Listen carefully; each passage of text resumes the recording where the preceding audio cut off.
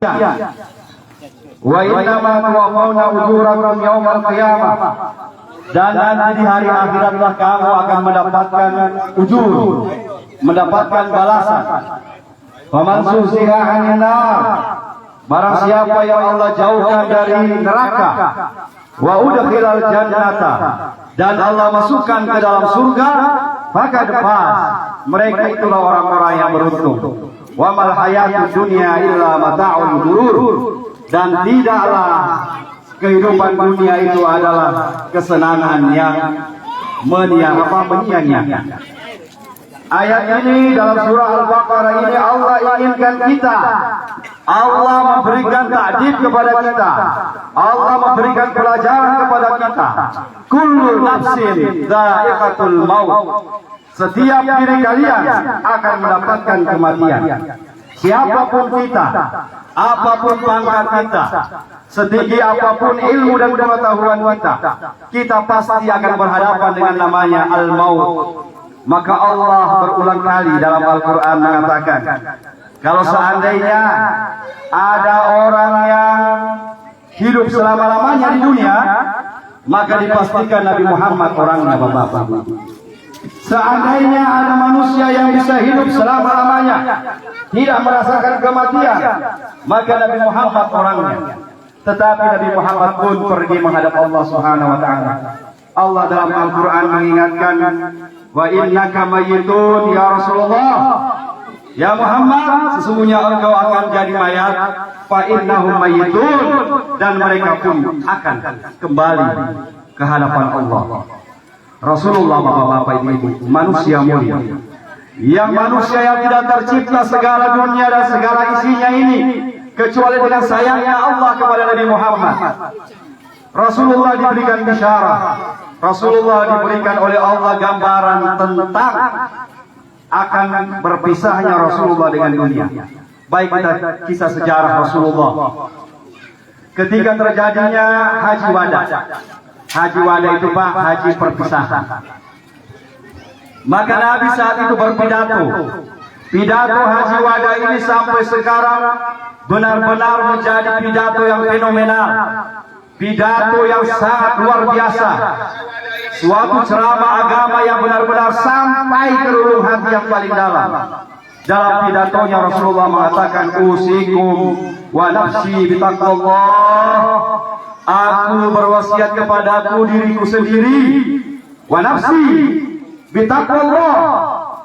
Inilah harusnya Bapak-bapak, kalau seorang penceramah, seorang yang memberi nasihat, harusnya niatnya menasihati diri sendiri. Kita berceramah ini Bapak-bapak bukan menasihati Bapak-bapak sebenarnya, bukan menasihati ibu-ibu. Bapak-bapak, ibu-ibu mungkin lebih paham agama. Bapak-bapak yang ada di depan saya ini sudah lebih tua umurnya, tetapi kenapa ada dakwah? Kenapa ada ceramah?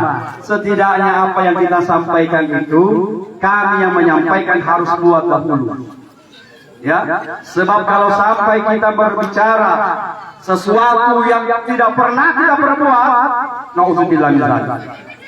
Kita ajarkan orang tentang sholat, kita tidak pernah sholat. Kita ajarkan orang sedekah, fadilah sedekah, besarnya pahala sedekah, tapi si Ustadz pahit dulu sinanggaroke juga.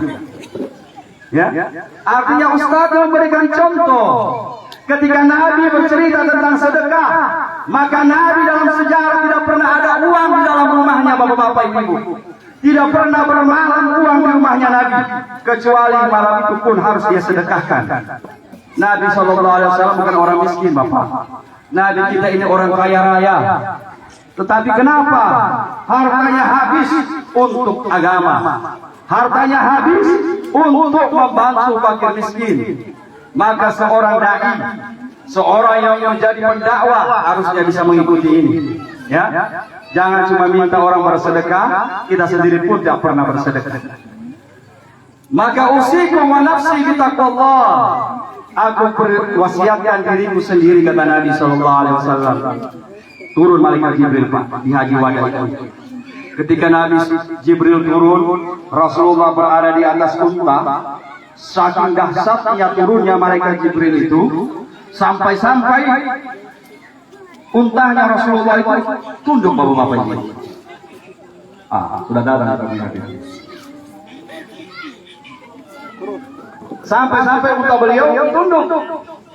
Subhanallah, betapa luar biasanya peristiwa turunnya wahyu. Fadhal. Waalaikumsalam.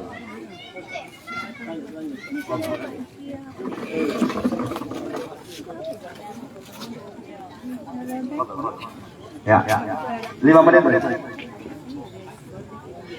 5 minutes.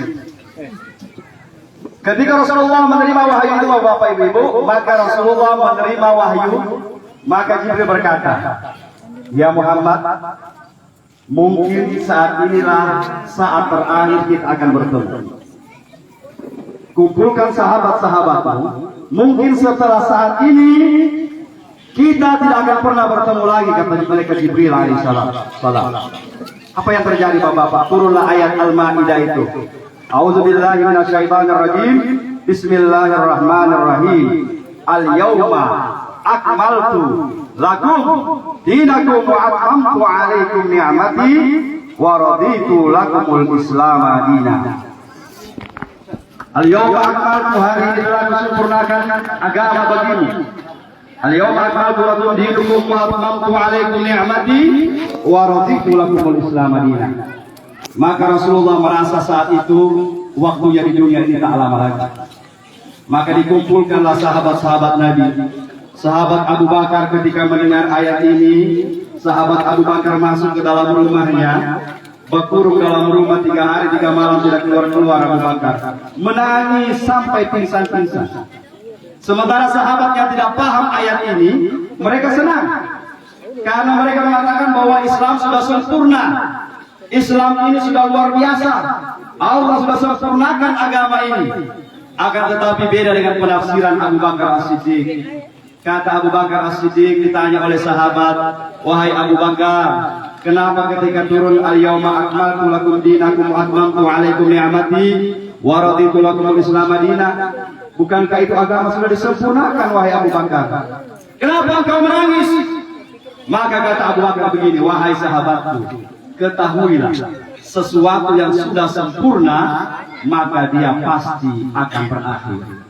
Kehidupan kita di dunia ini, Pak, kalau sudah sempurna rezeki kita, sudah sempurna Allah berikan rezeki kepada kita, maka kita pun akan berakhir."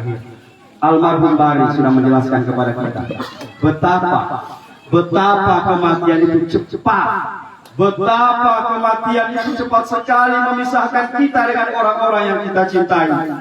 Betapa kematian tanpa pernah pamit sama kita. Mati tidak pernah pamit siap apa tidak. Mati tidak pernah minta izin kepada para orang-orang tua. Saya minta izin mau cabut nyawamu, tidak pernah bapak-bapak ibu. Maka persiapan menghadapi mati. Ayo bersiap menghadapi mati. Kematian ini akan datang sama kita kapan dan dimanapun. Bagi orang-orang yang masih memiliki suami, bagi orang-orang yang memiliki istri, kita yang punya anak, masih punya orang tua, gunakanlah kesempatan masih hidup ini. Ayo berbuat baiklah dengan keluarga kita.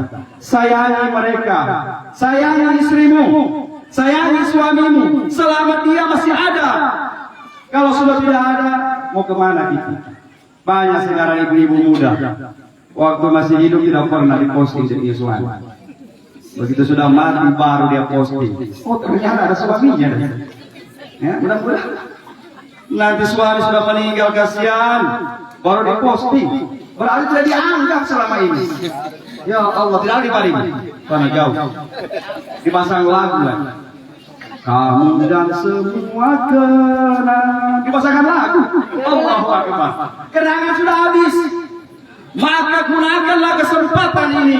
Masih ada istrimu, sayangi dia. Masih ada orang tuamu, sayangi orang tuamu. Kenapa? Karena ketika sudah berpisah, maka tidak ada lagi yang bisa menyatukan kita. Kita hanya menyatu dalam doa-doa. Almarhum Bari, istrinya akan menyatu dengan suaminya dalam doa-doa, dalam munajatnya. Semoga almarhum husnul khatimah. Amin.